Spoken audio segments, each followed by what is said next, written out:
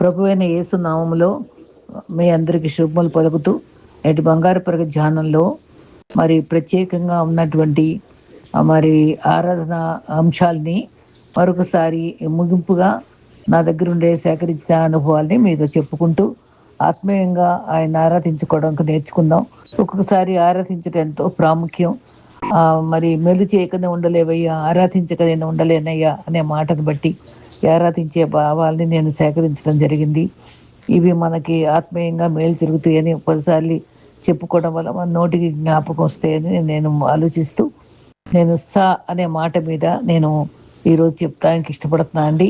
సంతోషం నిచ్చివాడా, సదాకాలం నిలిచివాడా, సత్యవంతుడా, సఫలపరచువాడా, స్వాస్థ్యం నిచ్చివాడా, సమాధానకర్త, సుందరమైన వస్త్రం నిచ్చివాడా, సర్వోన్నతుడా, సింహాసనాసేనుడా, స్నేహించువాడా, స్థిరపరచువాడా, స్వాస్థ్య భాగమా, సద్బోధకుడా, సాత్వికుడా, స్తుతికి పాత్రుడా, స్తోత్రార్హుడా, సజీవుడా, సమీపరా తేజస్సు నందు నివసించువాడా, సర్వాధిపతి, సర్వశక్తివంతుడా, సర్వ సృష్టికర్త, స్తోత్రముల మీద ఆశయుడైన వాడా, సదా ఆదుకునివాడా, స్వస్థపరచువాడా, సహాయం చేయవాడా, సూర్యతేజుడా, స్తుతి వస్త్రం ధరింపచేయవాడా, సహనంన కర్త, సూచక్రియలు చేయవాడా, సత్యమైన తీర్పు తీర్చివాడా, సమస్తమును ఉత్తపరచువాడా, సిద్ధపరిచి జీతం ఇచ్చేవాడా, ఈ రకంగా స్తుతి వస్త్రం ధరింపచేయవాడా, మరి సహనం కలిగిన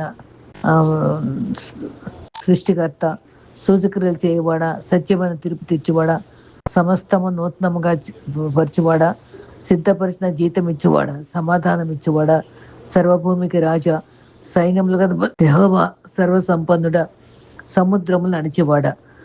మరి ఈ రకంగా చివరి భాగంలో మరి సైన్యముకు అధిపతికి యెహోవా, సంపన్నుడా, సముద్రం అణిచేవాడా, షమ్మ, షాలెం, హృదయములు పరిశోధించేవాడా, హస్తబలము చేత రక్షించేవాడా, హృదయాల జరిగినవాడా, హోసన్నా నీకు స్తోత్రము.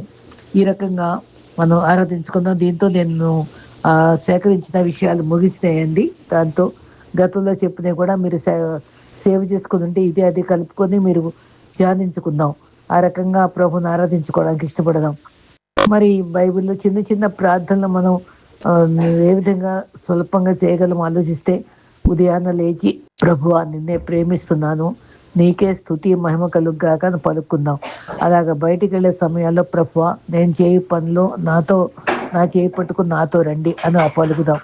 ఏదైనా దుఃఖ పరిస్థితులు ఎదురైతే నా దరికి నిలిచి నన్ను దిగులు పడకు అని చెప్పిన వాగ్దానం నమ్మి నన్ను చేయి పట్టుకొని దక్షిణాస్తంతో ఆదుకో ప్రభువా అని అడగాలి. సంతోష సమయాల్లో ప్రభువా నిన్ను ఆరాధిస్తున్నాను వందనాలు ప్రభువా అనాలి. అవసరం వచ్చినప్పుడు ప్రభువా నాకు సహాయం చేయి, ఏదైనా పొరపాటు చేసినప్పుడు ప్రభువా నన్ను క్షమించు, నిద్రపో సమయాల్లో దూతల్ని కావలించు అని మనం చెప్పుకోవాలి. ఈ రకంగా నిద్ర సమయాల్లో కూడా ప్రభువా పవిత్రమైన తలంపులతో నింపు, రోజంతా ఇతన పొరపాట్లు చేస్తున్నాను, హృదయపూర్తిగా ఈ తప్పు చేశానని స్పష్టంగా ఒప్పుకొని క్షమించమని అడుక్కుంటే మన మనసు తేలిగ్గా నిద్రపోగలం. జీవితంలో ఇతరుల కొరకు ప్రయాసపడాలి. అయితే ఇతరులకు కూడా పొరుగువాడిని గూర్చి ప్రయాసపడటంలో నువ్వు కూడా ప్రయాసపడాలని ఆలోచించుకోవాలి. ఈ రకంగా మనకు చాలా ఆత్మలు ఉన్నాయి. సాత్వికమైన ఆత్మ, ఆకలి దప్పులు గల ఆత్మ, కనికరము గల ఆత్మ, దీనత్వం గల ఆత్మ, దుఃఖపడే ఆత్మ, పరిశుద్ధ ఆత్మ, సమాధానపరచు ఆత్మ, నీతి నిమిత్తము హింసించబడే వారి ఆత్మ, తర్వాత హింసను సహించు ఆత్మ. ఈ రకంగా మనం ఈ ఆత్మలన్నింటినీ కూడా మనం ఆలోచించుకోవాలి. తర్వాత పరిశుద్ధ ఔన్నత్యం కొరకు, శక్తి కొరకు ప్రార్థించి పరిశుద్ధ ఆత్మను పొందుకోవడానికి ఆశపడాలి. తర్వాత మనము హృదయం పవిత్రంగా ఉంచుకోవడానికి ఎప్పుడు కూడా ప్రయాసపడాలి. తర్వాత మనం సైతాన్ని శోధన వచ్చినప్పుడు ప్రభువా మమ్మల్ని మరి శోధన నుంచి తప్పించని కూడా అడుక్కోవాలి. బలహీనతలో బలము, నువ్వు నా దాసుడవని నేను నిన్ను ఉపేక్షింపగా ఏర్పరచుకుంటే నేను చెప్పి ఉన్నాను, భయపడకము నీకు తోడై ఉన్నానని 41వ యెషయా 10లో ఉండే వాగ్దానం ఎప్పుడు జ్ఞాపకం ఉంచుకోవాలి. తర్వాత దేవుని యొక్క కృపలో నాశనకరమైన గుంట నుండి చికటి గల దొంగ ఊబి నుంచి ఆయనను పైకెత్తి పాదాలు బండపై నిలిపి అడుగులు స్థిరపరిచాలని చక్కగా చెప్పిన మాట జ్ఞాపకం చేసుకొని బండపైన అడుగులు నుంచుకుందాం. కీర్తన 42. దేవుడు మన పాదాలను బండపై ఉంచినప్పుడు మనం లోయలో ఉన్న లోతైందైనా పర్వాలేదు, ఆయన మనల్ని ఏ రకంగా అయినా మరి దేవుని బలంతో నడిపిస్తాడు. మనం స్వతహాగా మనం నడవలేము, ఆయన చేయి పట్టుకుని నిశ్చిత వరకు నడవగలము. ఆయన మనసుని ఎవరి మనసు అది మీద ఆనుకుంటుందో పునఃశాంతిగా చేసి ఆయన కుడి చేపట్టి మనం నడిపించే దేవుడు మనకున్నాడు. మన కష్టంలో మనల్ని వదిలిపెట్టే దేవుడు కాదు, మన ఆపత్కాలు ఆదుకునే దేవుడు మనకున్నాడని ఆశ్రయిస్తూ ప్రభుని సేవిస్తూ ముందుకు సాగుదాం. అటు కృప మనందరికీ దేవుడు అనుగ్రహించుగాక. ఆమేన్.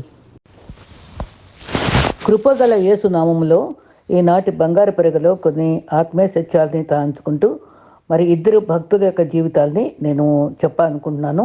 రేపు కూడా భక్తుల జీవిత చరిత్ర చెప్పి సోమవారం నుండి ప్రత్యేక అంశాన్ని నేను ధ్యానించాలని కోరుకుంటున్నాను. ఈ దినాన్న మరి విశ్వాసిగా మంచిగా దలిచిన వారు ఎంత తక్కువగా మాట్లాడి అంత ఎక్కువగా ప్రార్థిస్తే అంత విలువగా ఉంటాం. ఎంత తక్కువగా ప్రేమిస్తూ నిజాయితీగా జీవిస్తే అంత మనశ్శాంతితో జీవిస్తాం. మరి దృష్టికి ఎంత దూరంగా ఉంటే అంత గౌరవం, మన హద్దుల్లో మనం ఉంటే అంత మర్యాద.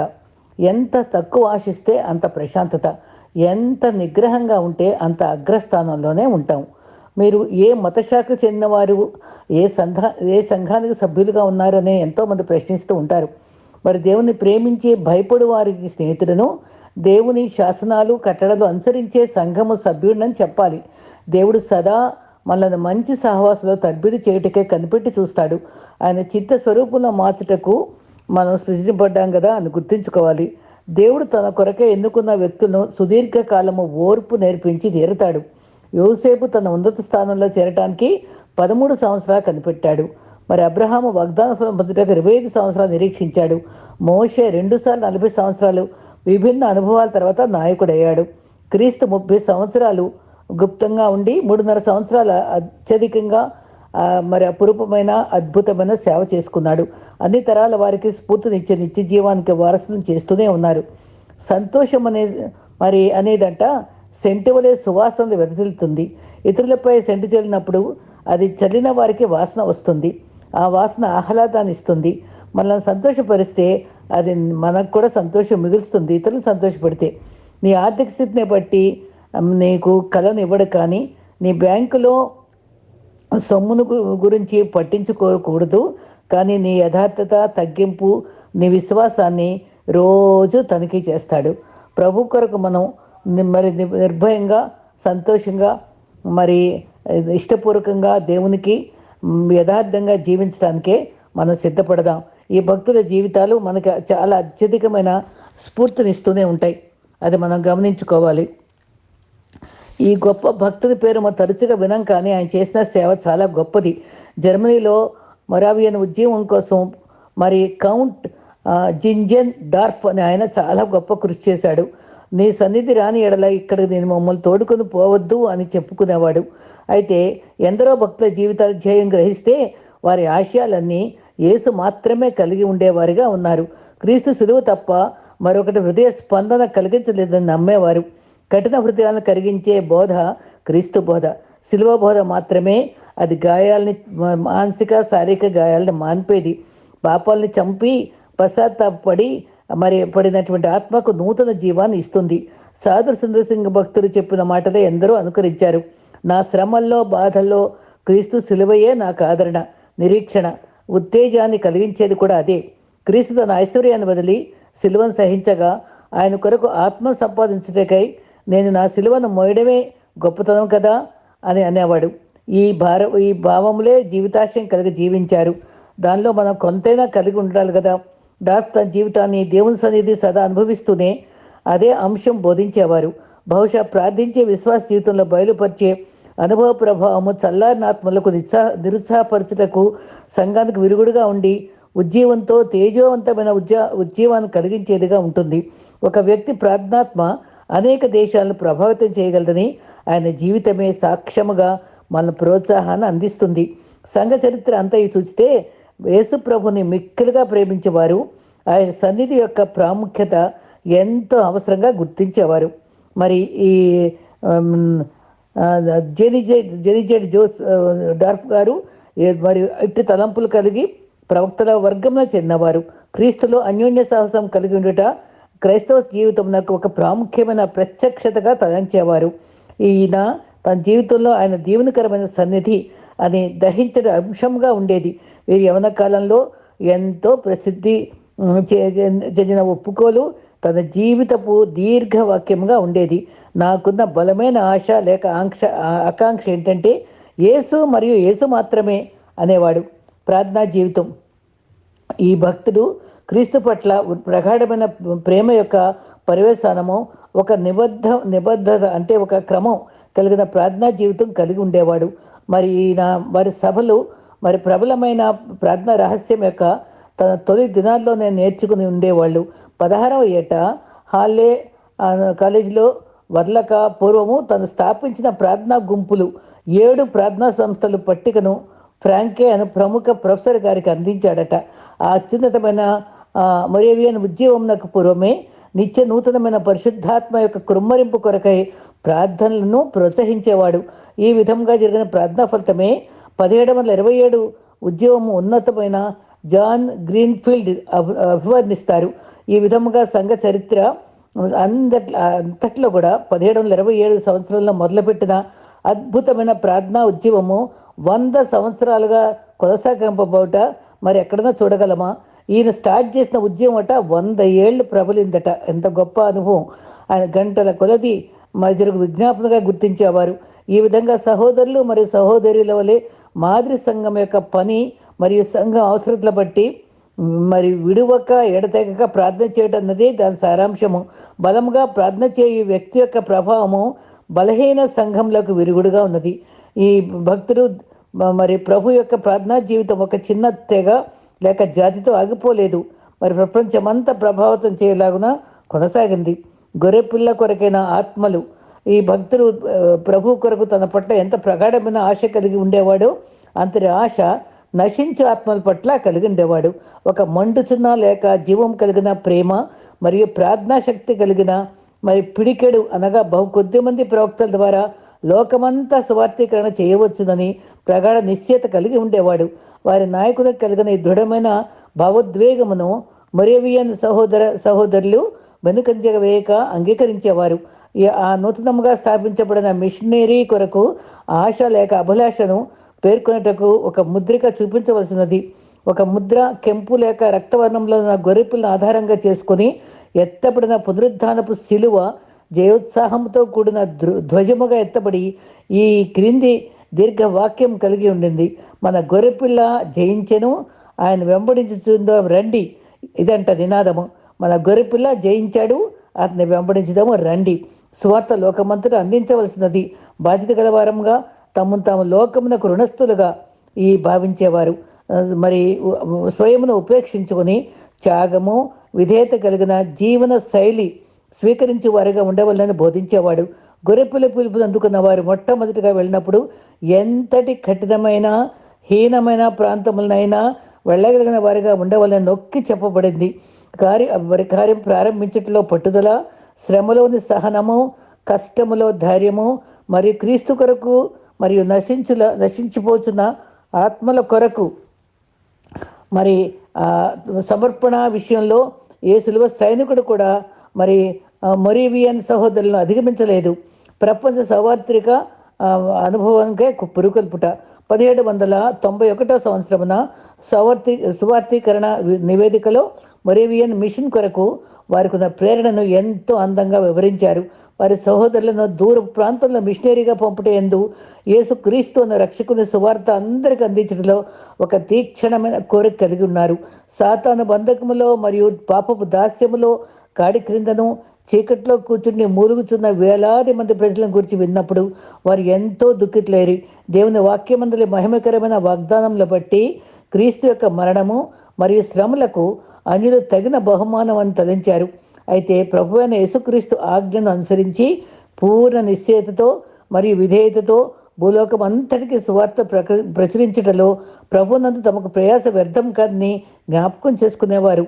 వారికి ఉన్న అల్పమైన విధానములు మరియు అర్హతలను బట్టి దిగులు చెందిన వారు కారు. మరి వారు అన్యుల రక్షణ కొరకై ఎంతో ఆశ కలిగి శ్రమలు సహించుచు మరి అవసరమైతే ప్రాణం పోనంతగా ప్రయాసపట్టు నిర్ణయించుకునేవారు. ఆయనను పాపంలో జీవించిన సహోదరుల కొరకై రక్తము కార్చిన రక్షకుడైన యేసు పట్ల వారికి ఉండిన ప్రేమ వారి విచారకరమైన మరి ఆ పరిస్థితులను అన్నీ అధిగమించినట్లుగా చేసేది. వారి దేవుని అందరి శక్తితో ముందుకు కొనసాగుతుండగా ప్రభు వారి పక్షమున అనేక అద్భుతములు చేసేవారు. మానవాళి అంతయు రక్షకుని ప్రేమించడం ద్వారానే ఇతరులు ప్రేమించగలరు అనే రహస్యము మరియు వీళ్ళు ఎరిగి ఉన్నారు. 1732 అక్టోబర్ 8వ తేదీ ఒక ఓడ డచ్ హార్బర్ నుండి దాన్ని వెస్టిండీస్కి బయలుదేరి వెళ్ళింది. ఆ నౌక యందు మొట్టమొదటి మిషనరీలు కుమ్మరి పని చేయు జాన్ లెనార్డ్ డాబర్ మరియు వడ్రంగి పంచే డేవిడ్ నిట్మెన్, వీరు ఈ ఇద్దరు మిషనరీలు ఎంతో నేర్పుగలవారై మరి వెస్టిండీస్ నందున్న బానిసలను కలుసుకుంటా తమను తాము బానిసత్వముకే అమ్మకబడుటకు సిద్ధపడిన వారైరి. తెరచాపలు ఎత్తబడి ఓడ కదులుతున్న సమయంలో చంపబడిన గొర్రెపిల్ల తన కొరకు ప్రజలు అనుభవించిన వారికి బహుమానం ఇచ్చును అని రణరంగపు కేక అందరి మిషనరీల కేకగా ఉండదని ఎలుగెత్తి చాటిరి. దేవుని గొర్రెపిల్ల అయిన యేసుక్రీస్తు కొరకు అభిలాష మాత్రమే రక్షణ లేని ఆత్మల కొరకైన ఆశను మించినదిగా ఉండెను. వాళ్ళు మరణానికి కూడా సిద్ధపడి క్రీస్తు గొర్రెపిల్ల దహించబడి ప్రభు సిలువలో మరణించిన అనుభవాన్నే వీరు స్వానుభవంగా తీసుకునేవారనమాట. వారన్నిటినీ సమిష్టిగా ఉంచుకున్నారు.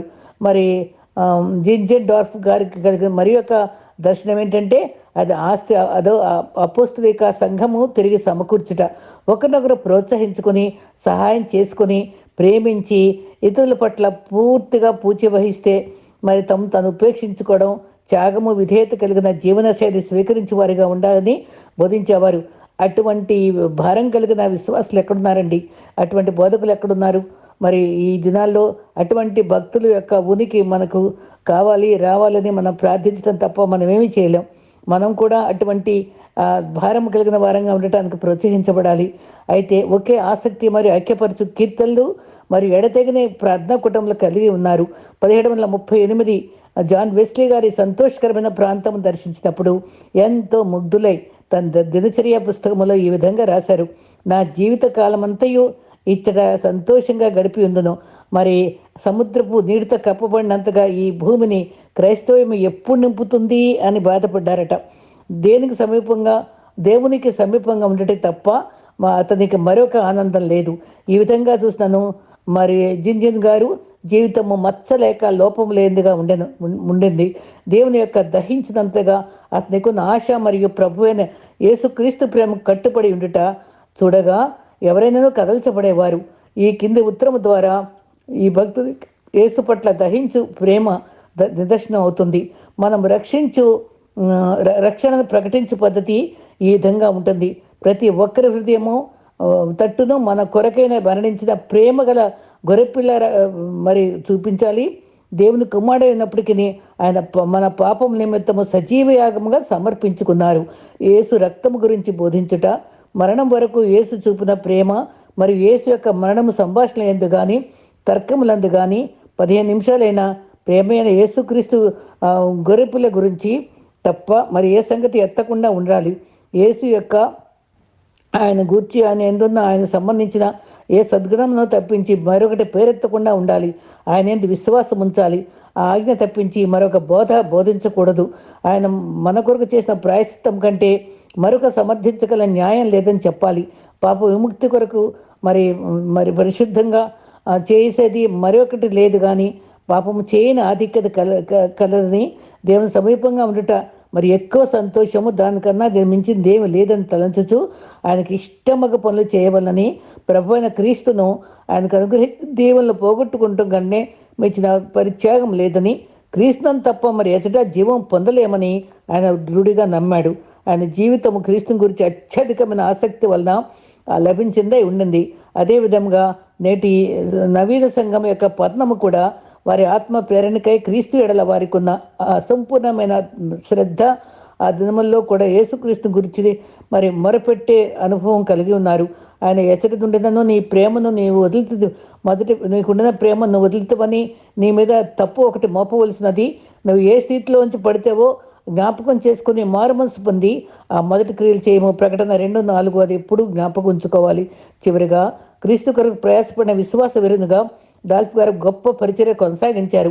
పట్టుదలతో, శ్రమతో, సహనముతో, నశించు ఆత్మల భారంతో, సమర్పణతో సైనికులే సర్వంగ కవచము సదా ధరించి వీరుని వలె సేవ కొనసాగించారు. దేవుని సమీపించే కాలంలో సదా సంతోషించేవారు. మనకు జీవమై ఉన్న రక్షకుడు యేసుక్రీస్తు అనే దృఢముగా నమ్మకం కలిగి విజేతగా జీవించి ధన్యుడయ్యారు. ఇటువంటి సాక్ష్యము మన హృదయాల్ని కదిలించేదిగా ఉంటూ దేవుని పరిచర్య కోసమే ప్రేరేపించేదిగా ఉండాలని భక్తులందరూ కోరుకుంటున్నారు. డేవిడ్ లివింగ్స్టన్ గారు అనే ఆయన కూడా గొప్ప విశ్వాసి. ఆఫ్రికాలో గొప్ప సేవ చేశాడు. ఏక మనసుతో ఎడతెగక ప్రార్థన చేయచుండిరి అనే అనుభవం అపోస్తలుల కార్యం 1:14 చూస్తాం. దేవుని ప్రేమను విశ్వాసముతో క్రీస్తు యేసు కలిగిన ఈ మనసు కలిగి ఉండాలని ప్రోత్సహించాడు. ప్రతి విశ్వాసం నిలిచి ఉండాలని ప్రతి భక్తి గల బోధకుని ఆదర్శమై ఉంటుంది. క్రీస్తు మనస్సు తగ్గించుకునుట అంతేకాదు, పరిచర్య చేసే మనసు దేవుని చిత్తం నెరవేర్చి దేవుని చిత్తం నెరవేర్చే మనసు కలిగి ఉండాలి.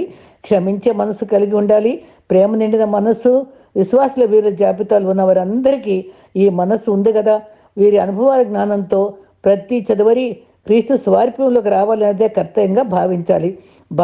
భార్యను కోల్పోయి, ఆరోగ్యం కోల్పోయి, మోకరించి ప్రభువుని ధ్యానిస్తూ మరణించినటువంటి ధన్యజీవి డేవిడ్ లివింగ్స్టన్ గారు. డేవిడ్ లివింగ్స్టన్ గారు 1913లో స్కాట్లాండ్లో జన్మించారు. తల్లిదండ్రులు దైవికమైన వారు కనుక యథార్థంగా ఉండటం గురించి చిన్న వయసులో నేర్పించారు. దాని ఫలితంగా చిన్న వయసులో ప్రభువు తన హృదయం ఇచ్చాడు. తన 10వ ఏట దూది పరిశ్రమలో ఉదయం 6 గంటల నుంచి 8 గంటల వరకు రాత్రి పనిచేసి, తర్వాత 10 గంటల వరకు రాత్రి పాఠశాలకు వెళ్ళి అర్ధరాత్రి వరకు చదువుతునేవాడు. చిన్నప్పుడు అనేక పుస్తకాలు చదివాడు. 9 సంవత్సరాలు దూది మిల్లులో పనిచేసి వచ్చిన డబ్బుతో వేసవిలో గ్రీకు భాషను, శీతాకాలంలో వైద్య విద్యను గ్లాస్గో యూనివర్సిటీలో నేర్చుకున్నాడు. లండన్ మిషన్ సొసైటీ ద్వారా మంచి డాక్టర్గా గుర్తించబడి చైనాకు మిషనరీ డాక్టర్గా వెళ్ళాడు. తన 19వ ఏట 119 కీర్తన పూర్తిగా కంఠస్థం చేశాడు. క్రీస్తు అంటే తెలియక రక్షణ కొరకు వేదంతో ఉన్న గ్రామస్తులను గురించి డాక్టర్ రాబర్ట్ మెఫ్టన్ చెప్పగా ఆయన డేవిడ్ 3 నెలలు ప్రయాణం చేసి ఆఫ్రికాకు చేరాడు. అక్కడ వారి భాష నేర్చుకున్నాడు. ఒక పెద్ద గుంపును కలుసుకొని 100 మైళ్ళు ప్రయాణం చేసి ఆ పెద్ద యొక్క కుమార్తెను ప్రార్థనతో బాగు చేసి ఆ గుంపు వారందరినీ ప్రభు ఎదుగు నడిపించాడు. అనేక మంది దూరం నుండి మందుల కోసం వచ్చిన వారికి క్రీస్తు గురించి చెప్పేవాడు. ఆయన వెళుచుండగా సింహం ఒకటి ఎదురుపడింది. అది దేవుని సహాయంతో తుపాకీతో చంపివేశాడు. ఆ సమయంలో తన చేతి గూడు పట్టు వదిలి బాధపడెను. మోబోట్స్ కొండ ప్రాంతంలో 3 సంవత్సరాలు సేవ చేసి మేరీ మఫెట్ను పెళ్లి చేసుకున్నాడు. మంచినీరు కోసం 480 కిలోమీటర్ల ఎండలో ప్రయాణం చేసేవారు. మానసికంగా ఎన్నో కష్టాలు అనుభవించి 31 సార్లు అడవి జ్వరంతో బాధపడేవాడు. మందులు లేక బాధపడేవాడు. వాతావరణ సరిగ్గా లేదని తన భార్యను ఇంటికి పంపివేశాడు.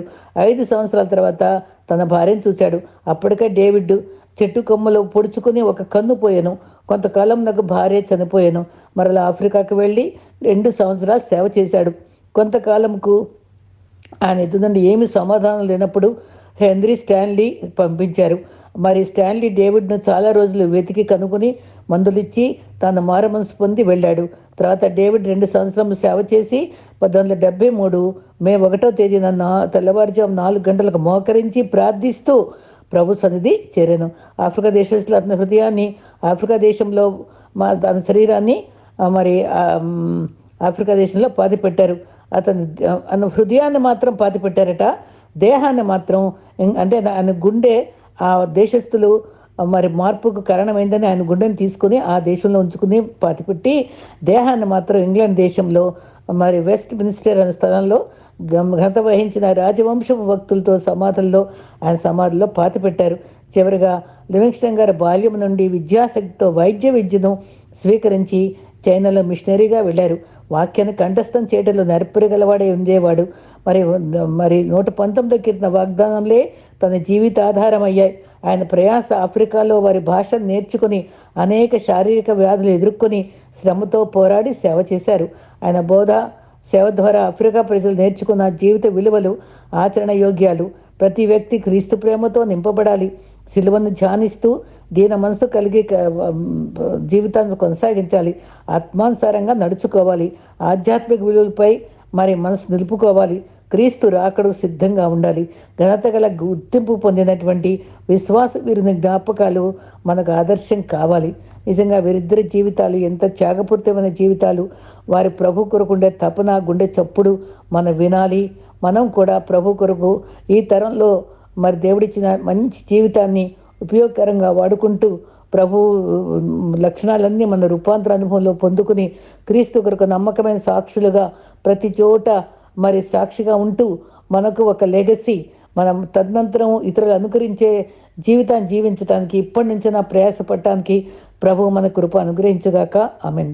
ప్రభు నామంలో మీకు శుభములు పలుకుతూ నేను రెండో భాగంగా బంగారు పరుగు తర్వాత చెప్పేటువంటి వాక్య ధ్యానంలో ఒక పారబుల్ చెప్తూ వస్తున్నాను కదా, అది నేను సేకరించిన ఈమెయిల్ ఏంటంటే, నేను సైతం క్రీస్తు పాదాల చెంత అనే భక్తులు నాకు ఆ గుంపు వారు అందించేటువంటి ఈ శీర్షిక, ఈ యొక్క ఉపమానాలు నన్ను చాలా ప్రభావితం చేస్తూ మీకు కూడా అందించాలనే ఆశతో నేను ఒక్కొక్కటి అందిస్తున్నానండి.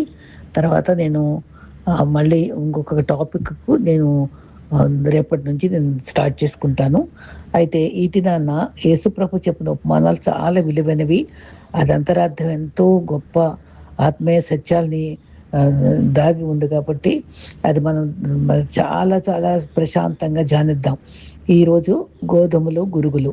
ఆయన మరి ఒక ఉపమానం వారితో చెప్పాను. ఏమనగా, పరలోక రాజ్యము తన పొలములో మంచి విత్తిన ఒక మనుషుని పోలి ఉన్నది. మనుషులు ఎదిరించుచుండగా అతని శత్రువు వచ్చి గోధుమల మధ్యను గురుగులు విత్తిపోయెను. మొలకలు పెరిగి గింజ పట్టినప్పుడు గురుగులు కూడా అగుపడెను. అప్పుడు ఇంటి యజమాని దాసులు అతని యుద్ధకు వచ్చి, అయ్యా, నువ్వు నీ పొలంలో మంచి విత్తనం విత్తితివి కదా, అందులో గురుగులు ఎక్కడి నుంచి వచ్చాయని అడిగిరి. అది శత్రువు చేసిన పని అని అతను చెప్పగా, ఆ దాసుడు, మేము వెళ్ళి వాటిని పెరిగి కూర్చుట అది తీసివేద్దామని వాళ్ళు ఆలోచిస్తారు. అయితే నీకు ఇష్టమేనా అని అడిగితే వారు అతను అడిగారు. అప్పుడు అందుకు అతను, వద్దు, గురుగులను పెరుగుచుండగా వాటితో కూడా ఒకవేళ గోధుమలను పెళ్ళగింతురేమో, కొంతకాలం వరకు రెండింటినీ కలిపి ఎదుగునియండి. కొంతకాలం మందు గురుగులను ముందుగా కూర్చి వాటిని కాల్చివేటకు కట్టలు కట్టి గోధుమలను నా కొట్టులో చేర్చి ఉంచండి కొత్త గంటతో చెప్పునను. అందుకని ఇట్లను, మంచి విత్తనములు విత్తువాడు మనుష్య కుమారుడు. పొలము లోకము. మంచి విత్తనములు రాజ్య సంబంధులు, గురుగులు దుష్టి సంబంధులు. వాటిని విత్తిన శత్రువు అపవాది. కోత యుగ సమాప్తి. కోత కోయేవారు దేవదూతలు. గురుగులు ఎలా కూర్చబడి గాల్లో అగ్నిలో కాల్చివేయబడునో అలాగే యుగ సమాప్తి అందు జరుగును. మనిషి కుమారుడు తన దూతలతోటి వారిని పంపుతారు. వారు ఆయన రాజ్యంలోనికి ఆటంకములకు సకలమైన వాటిని దుర్నీతి పరులను సమకూర్చి అగ్నిగుండంలో పడవేస్తారు. అక్కడ ఏడుపును పండ్లు కొరుకుతూ ఉండదని. అప్పుడు నీతిమంతులు తమ తండ్రి రాజ్యంలో సూర్యుని వలె తేజరిల్లుదురు. చెవులు గలవాడు విన్నుగాక. మత్తయి 13:24-30 వరకు, తర్వాత 37-43 వరకు వివరణ కూడా ఉంది. పొలము అంటే ఈ లోకానికి గుర్తుగా ఉంది. లోకం దేవుంది. దానంతటిపైన నలుమూల తన రాజ్య స్థాపన జరగాలని దేవుని ఉద్దేశము. విత్తనం విత్తే వాని ఉపమానంలో వలె ఇక్కడ విత్తనం అంటే దేవుని వాక్యం అని కాదు, కానీ దేవుని ఆత్మ మూలముగా తన రాజ్యంలోనికి జన్మించిన ఆయన సంతానము. అయితే తను ఎందరు అంగీకరించారో వారందరికీ, అనగా తన నామందు విశ్వాసం ఉంచిన వారికి తన దేవుని పిల్లగుటకు ఆయన అధికారం అనుగ్రహించారు. వారు దేవుని వల్ల పుట్టిన వారే కానీ రక్తం వలనైనో శరీరేచ్ఛ వలనైనో మనుషేచ్ఛ వలనైనో పుట్టిన వారు కారు. యోహాను 1:12-13. అయితే ఒకడు కొత్తగా జన్మించడమే కానీ దేవుని రాజ్యంలో చూడలేడని నీతో నిశ్చయంగా చెప్పుచున్నానని చెప్పినప్పుడు నికోదేము, ముసలివాడైన మనుషుడు ఎలాగ జన్మించగలడు? రెండో మారు తల్లి గర్భంలో ప్రవేశించి జన్మించగలడా అని ప్రశ్నించినప్పుడు దానికి సమాధానంగా, ప్రభు, ఒకడు నీటి మూలంగాను ఆత్మ మూలంగా జన్మిస్తే కానీ దేవుని రాజ్యములో ప్రవేశించలేడని నిశ్చయంగా చెప్పుచున్నాను అన్నాడు. శరీరం మూలముగా జన్మించినది శరీరం అను, ఆత్మ మూలముగా జన్మించింది ఆత్మయు ఉన్నదని చెప్పారు. యోహాను 3:3-8. గురుగులు గురుగులు అంటే కలుపు మొక్కలు. అవి మొలకెత్తే దిశలో ఆ, గోధుమ పైరులాగానే ఉంటుంది. ఏది గోధుమో ఏది గురుగు అర్థం కాదు. అంత గోధుమను పోలే ఉంటుంది. ఏలనగా అటువారు క్రీస్తు యొక్క అపోస్తుల వేషం ధరించుకున్న వారే ఉండి దొంగ అపోస్తులను మోసగాళ్లను పొందువారినే ఉన్నారు. అది ఆశ్చర్యం కాదు. సాతాన్ తానే వెలుగు దూత వేషం వేసుకుని ధరించున్నాడు కనుక వాని పరిచారకులు, నీతి పరిచారకులు వేషం ధరించుకుంటకు మరి ఆ మరి గొప్ప సంగతి కాదు, కానీ వారి క్రియల చొప్పున వారికి అంతం కలుగుతుంది. 2 కొరింథీ 11:13. మన ఆత్మ విశ్లేషణలో గోధుమలకు గురుగులకు మధ్య ఉన్న ఒక ఆసక్తికరమైన తేడా ఏంటంటే, గురుగులు ఇవి పెరిగేటప్పుడు గోధుమలాగానే నిటారుగా తల ఎత్తుకుని ఉంటాయి. గోధుమలు గింజ పట్టిన తర్వాత బరువుకు గోధుమ గింజ కంకె వంగి ఉంటుంది. అది వినయము దీనత్వమునకు సూచన. నిజమైన దేవుని బిడ్డలు ఫలిస్తున్న కొద్దీ దేవుని ఎదుట వినయముగా వంగుతారు. మరి కానీ గురుగులు వేషధారులు గర్వంతో తల ఎత్తుకునే ఉంటారు, తిరుగుతారు. గురుగులు సాతాను సంతతికి సాదృశ్యం. మీరు తండ్రి యొక్క అపవాది సంబంధులు. మీ తండ్రి దురాశలు నెరవేర్చి మరి అలా నెరవేర్చాలని కోరుకుంటారు. అయితే ఆది నుండి వాడు నరహంతకుడై ఉండి సత్యము నిలిచిన వాడు కాదు. వాని యందు సత్యమేది లేదు. వాడు అబద్ధమాడినప్పుడు తన స్వభావం అనుసరించియే మాట్లాడును. వాడు అబద్ధికుడు, అబద్ధంలో జనుకుంటే ఉన్నాడని యోహాను 8:44 ఉంది. ప్రస్తుతం ఈ లోకంలో మంచి చెడ్డది రెండూ కలిసే ఉన్నాయి. మరి దేవుని శత్రువు ఈ లోకంలో చెడ్డవాడను వెదజల్లిపోయే సైతాను. మరి దేవుడు శ్రేష్టమైన విత్తనములు విత్తాడు. అందరి పట్ల ఉన్నతమైన ఉద్దేశంలే కలిగి ఉన్నాడు. నేను మిమ్మల్ని గురించి ఉద్దేశించిన సంగతులు ఎరుగుదును. రాబో కాలమందు మీకు నిరీక్షణ కలుగునట్లుగా అవి సమాధానకరమైన ఉద్దేశంలే కానీ హానికరమైన ఉద్దేశంలో కావు. ఇది మంచి వాగ్దానము. ఇర్మీయా 29:11. అది ఎప్పుడు మనకి అండగా ఉంటుందండి ఆ వాక్యం. అపవాది వారిలో అంటే వక్రమైన బీజాలు విత్తడం ద్వారా మరి వాడి రాజ్యాన్ని విస్తరింప చేసుకునే పనిలో ఉంటాడు. లోకము నుండి దుర్మార్గులను ఏరివేసే సమయంలో కొందరు మంచివారిని కూడా నాశనం చేయకుండా ఆ విధంగా చేయగలగటం దేవుని సేవకులకు అసాధ్యం. ఎందుకంటే ఒక కారణం ఏంటంటే, గురుగులనగా గోధుమకు మధ్య గల తేడాను ఆరంభంలోనే గుర్తించడం అంత తేలిక కాదు. అలాంటి పరిస్థితుల్లో గురుగులను వేరు చేసే క్రమంలో శ్రేష్టమైన గోధుమలను కూడా పెళ్ళగించవచ్చు. అయినా అట్లా చేయడానికి దేవుడు తప్ప చాలినంత జ్ఞానము బల ప్రభావములు మరి ఎవ్వరికి ఉన్నాయి? ఈ విశ్వాసులు ఆత్మీయంగా నిద్రపోతున్నప్పుడు, ప్రార్థనలో వాక్యంలో అశ్రద్ధగా ఉన్నప్పుడు సైతాను వచ్చి మన హృదయాలు లేదా సంఘంలో అపవిత్రమైన ఆలోచనలు కలహాలను ఎత్తుతాడు. మనం జాగ్రత్త పడాలి. అత్యంత ప్రాముఖ్యమైన విషయం ఏంటంటే, తగిన కాలంలో సైతాను పిల్లలు దేవుని పిల్లలుగా పశ్చాత్తాపం ద్వారా మార్పు చెందే అవకాశం ఉంది. ఎఫెసీ 2:1-4.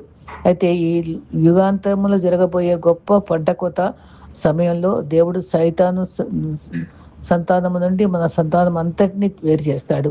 మత్తయి 25:34. పంట కోతలో మొదట సాగు చేయబడేది సైతాన్ సంతానమే. ఆయన చేట ఆయన చేతిలో ఉంది. ఆయన తన కళ్ళమును బాగా శుభ్రం చేసి గోధుమల కొట్లో పోసి ఆరని అగ్నితో పొట్టును కాల్చివేయనని వారితో చెప్పాడు. అది మత్తయి 3:12. అయితే న్యాయాధిపతిగా ఆయన నిలబడితే గురుగులు మన జీవితాలు ఉంటే ఆ దినము అత్యంత భయంకరమైనది కదా. కాబట్టి సరి చేసుకుందాం, ప్రభు కొరకు ఫలించుదాం. ఈ రీతిగా మన జీవితాలను సిద్ధపరచుకుందాం. అట్టి కృప ధన్యత ప్రభు మనకు అందరికీ అనుగ్రహించాలని ఎంతో కోరుకుంటూ ప్రార్థిస్తున్నాను. ప్రార్థన కూడా చిన్న ప్రార్థన చేసుకుందాం. ప్రభువా, లోకమనే పొలంలో మేము నీ రాజ్య సంబంధులుగా శ్రేష్టమైన గోధుమలుగా ఉండటకు సహాయం చేయండి. మాలో ఎవడైనా వేషధారణనే గురుగులను స్వభావం ఉంటే నీ కృపతో మమ్మల్ని సరిచేయండి. యుగాంతముందు మరి నువ్వు కోత కోయినప్పుడు నీ కొట్టులో చేర్చబడే ధన్యులంగా మమ్మల్ని తీర్చిదిద్దుమని యేసు నామములో ప్రార్థిస్తున్నాం తండ్రి, ఆమెన్. ఈ రీతిగా ఈ తలంపుల్ని మరి భక్తుల యొక్క జీవితాల్ని మరి ఈ గురుగుల యొక్క ధ్యానాన్ని మరి గోధుమల యొక్క ధ్యానాన్ని మంచి గోధుమల వలె మంచి జీవితం జీవిస్తూ దేవునికి ఇష్టలుగా ఆయనకు ప్రీతి పాత్రులుగా మనం జీవించడానికి ప్రభు మహాకృపను మన ఎడలో చూపించును గాక. ఆమెన్.